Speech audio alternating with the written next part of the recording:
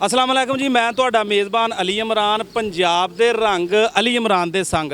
ਅੱਜ ਅਸੀਂ ਜੀ ਇੱਕ ਜਿਮ ਤੇ ਆਏ ਆ। ਤੁਹਾਨੂੰ ਪਤਾ ਕਿ ਜਿਹੜੇ ਪੰਜਾਬੀ ਲੋਕ ਆ ਨਾ, ਉਹ ਕਸਰਤ ਬੜੀ ਕਰਦੇ। ਪੰਜਾਬ ਦੇ ਵਿੱਚ ਪਹਿਲਵਾਨ ਬੜੇ ਹੁੰਦੇ ਸਨ, ਕੌਡੀ ਖੇਡਦੇ ਸਨ, ਹੋਰ ਬਹੁਤ ਸਾਰੀਆਂ ਗੇਮਾਂ ਸਨ ਕਿ ਜਿਹਦੇ ਨਾਲ ਪੰਜਾਬੀ ਲੋਕ ਡੌਲੇ ਛੌਲੇ ਬਣਾਉਂਦੇ ਸਨ ਤੇ ਸਿਹਤ ਜਿਹੜੀ ਆ ਨਾ ਉਹ ਸੈੱਟ ਰੱਖਦੇ ਸਨ। ਹੁਣ ਜਿੱਦਾਂ ਕਿ ਤੁਹਾਨੂੰ ਪਤਾ ਮਾਸ਼ਰਾ ਸਾਡਾ ਜਿਹੜਾ ਨਾ ਉਹ ਨਸ਼ਿਆਂ ਦੇ ਵਿੱਚ ਜਿਹੜਾ ਨਾ ਉਹ ਰੁੱਝ ਗਿਆ ਵਾ। ਹਰ ਪਾਸੇ ਨਸ਼ੇ ਲੋਕ ਕਰ ਰਹੇ। ਨਵੀਂ ਨਸਲ ਜਿਹੜੀ ਸਾਡੀ ਨਸ਼ਿਆਂ ਆ ਗਈ ਆ ਤੇ ਗੇਮ ਤੋਂ ਦੂਰ ਹੋ ਗਈ ਆ। ਹਾਲਾਂਕਿ ਸਿਆਣਿਆਂ ਦਾ ਕਹਿਣਾ ਕਿ ਅਗਰ ਅਸੀਂ ਖੇਲਾਂ ਦੇ ਮੈਦਾਨ ਆਬਾਦ ਕਰਾਂਗੇ ਤੇ ਹਸਪਤਾਲਾਂ ਦੇ ਵਿੱਚ ਲੋਕ ਘੱਟ ਹੋਣਗੇ। ਅੱਜ ਅਸੀਂ ਤੁਹਾਡੀ ਗੱਲਬਾਤ ਕਰਾਉਂਦੇ ਆ। ਇੱਥੇ ਇੱਕ ਜਿਮ ਬਣਾਇਆ ਇੱਕ ਮੁੰਡੇ ਨੇ ਤੇ ਮਾਸ਼ਾਅੱਲਾ ਅਸੀਂ ਉਹਦੇ ਜਜ਼ਬੇ ਨੂੰ ਦਾਦ ਵੀ ਦੇਵਾਂਗੇ ਕਿ ਉਹ ਨਵੀਂ ਨਸਲ ਵਾਸਤੇ ਉਹਨਾਂ ਨੇ ਬੜਾ ਇੱਕ ਚੰਗਾ ਕੰਮ ਕੀਤਾ ਹੈ ਤੇ ਮੇਰਾ ਕੈਮਰਾਮੈਨ ਤੁਹਾਨੂੰ ਦਿਖਾਏਗਾ। ਅਸੀਂ ਉਹਦੇ ਨਾਲ ਗੱਲਬਾਤ ਵੀ ਕਰਦੇ ਆ।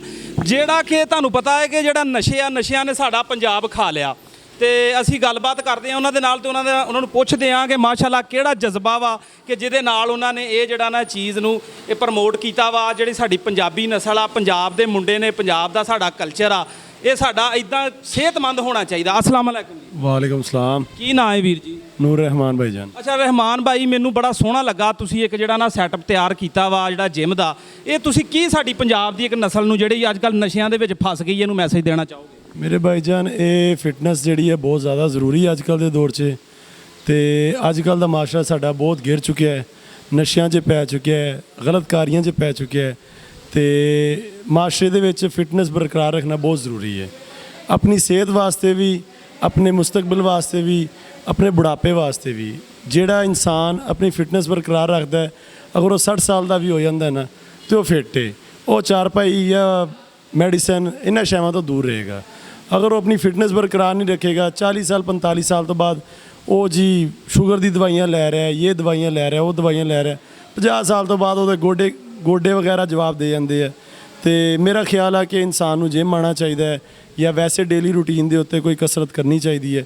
ਇਹ ਬਹੁਤ ਜ਼ਿਆਦਾ ਜ਼ਰੂਰੀ ਹੈ। ਤੇ ਵੈਸੇ ਵੀ ਅੱਜ ਕੱਲ੍ਹ ਦੇ ਦੌਰ ਦੇ ਵਿੱਚ ਸਾਡੀ ਜਿੰਨੀ ਜਹਾਲਤ ਹੈ ਜਾਂ ਜਿੰਨੀ ਕੁ ਫਜ਼ੂਲ ਐਕਟੀਵਿਟੀਆਂ ਪਾਈਆਂ ਜਾ ਰਹੀਆਂ, ਜਿਵੇਂ ਨਸ਼ੇ, ਬਦਕਾਰੀਆਂ, ਗਲਤਕਾਰੀਆਂ, ਇਹ ਬਹੁਤ ਜ਼ਿਆਦਾ ਆਮ ਹੋ ਗਈਆਂ। ਤੇ ਇਹ ਬਹੁਤ ਜ਼ਿਆਦਾ ਜ਼ਰੂਰੀ ਹੈ ਜਿਹੜੇ ਫਿਟਨੈਸ, ਜਿਮ ਤੇ ਐਕਟੀਵਿਟੀ, ਕੋਈ ਵੀ ਫਿਜ਼ੀਕਲ ਐਕਟੀਵਿਟੀ ਹੈ ਉਹ ਤੁਹਾਡੀ ਲਾਈਫ 'ਚ ਲਾਜ਼ਮੀ ਹੋਣੀ ਚਾਹੀਦੀ ਹੈ। ਬਿਲਕੁਲ ਜੀ, ਬੜਾ ਇਹਨਾਂ ਨੇ ਅੱਛਾ ਮੈਸੇਜ ਦਿੱਤਾ ਵਾ ਕਿ ਯਾਰ ਜਿਹੜੀਆਂ ਅੱਜ ਕੱਲ੍ਹ ਦੀ ਨਵੀਂ ਨਸਲ ਸਾਡੀ, ਯਾਰ ਅਸੀਂ ਨਸ਼ਿਆਂ ਦੇ ਵਿੱਚ ਰੁੱਝ ਗਏ ਆ।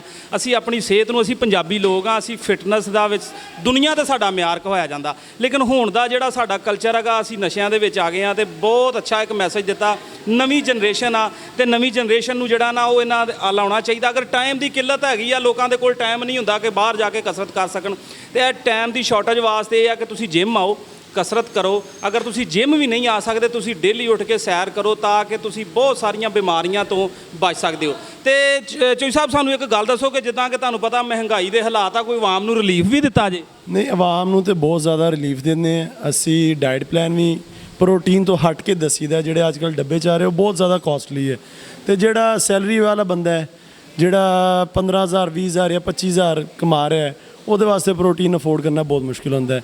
ਇਹਦੇ ਵਾਸਤੇ ਅਸੀਂ ਇੱਕ ਤਾਂ ਫੀਸ ਬੜੀ ਮੁਨਾਸਿਬ ਰੱਖੀ ਹੋਈ ਹੈ, 1500 ਰੁਪਏ ਫੀਸ ਹੈ, ਮਾਕੂਲ ਜੀ ਫੀਸ ਹੈ। ਹਰ ਬੰਦਾ ਆ ਕੇ ਇੱਥੇ ਗੇਮ ਕਰ ਸਕਦਾ ਹੈ। ਤੇ ਦੂਸਰਾ ਡਾਈਟ ਪਲਾਨ ਦੇ ਵਿੱਚ ਅਸੀਂ ਸਿਰਫ ਇਹ ਦੱਸੀਦਾ ਖੁਸ਼ ਖੁਰਾਕ ਹੋਵੋ, ਆਪਣੇ ਘਰੋਂ ਰੋਟੀ ਖਾਓ, ਹਰ ਚੀਜ਼ ਘਰ ਦੀ ਗਜ਼ਾ ਖਾਓ, ਨੈਚੁਰਲ ਗਜ਼ਾ ਖਾਓ, ਤੇ ਇਨਸ਼ਾਅੱਲਾ ਫਿਟਨੈਸ ਵਾਸਤੇ ਇੰਨਾ ਹੀ ਬਹੁਤ ਹੁੰਦਾ ਹੈ ਬੰਦੇ ਵਾਸਤੇ। ਬਿਲਕੁਲ ਜੀ, ਇਹਨਾਂ ਦਾ ਕਹਿਣਾ ਸੀਗਾ ਕਿ ਨਾਰਮਲ ਜਿਹੜੀ ਆ ਉਹ ਗਜ਼ਾ ਖਾਓ ਤੇ ਫੀਸ ਵੀ ਇਹਨਾਂ ਨੇ ਬੜੀ ਮੁਨਾਸਬ ਰੱਖੀ ਆ। 1500 ਰੁਪਈਆ, ਯਾਰ 50 ਰੁਪਈਏ ਰੋਜ਼ ਦੇ ਬਣਦੇ ਆ ਇੱਕ ਆਮ ਬੰਦੇ ਵਾਸਤੇ। 50 ਰੁਪਈਏ ਦੇ ਅੱਜ ਕੱਲ੍ਹ ਬੱਚਾ ਟਾਫੀਆਂ ਨਹੀਂ ਲੈਂਦਾ।